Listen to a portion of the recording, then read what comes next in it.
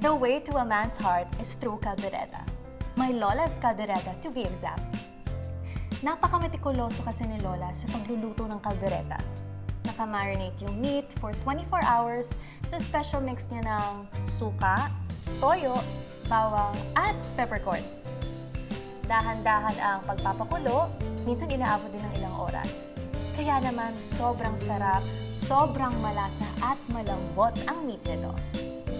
Tapos, ang ginagawa ko sa recipe nito ay nilalagyan ko ng cream kapag malapit na maluto para naman mas masarap.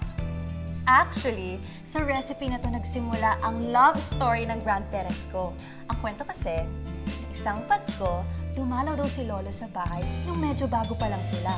So, nakikain rin siya. Nung natikman niya yung kaldereta, niyaya niya daw agad magpakasal si Lola. And she said yes right away. Di na nakakagulat na dahil sa sarap ng kaldereta, napaaydo silang dalawa ni Lolo. Ako si Annalyn at ito ang aking Kapuso Christmas Story. May Kapuso Christmas stories ka rin ba? Share it with us in the comments below.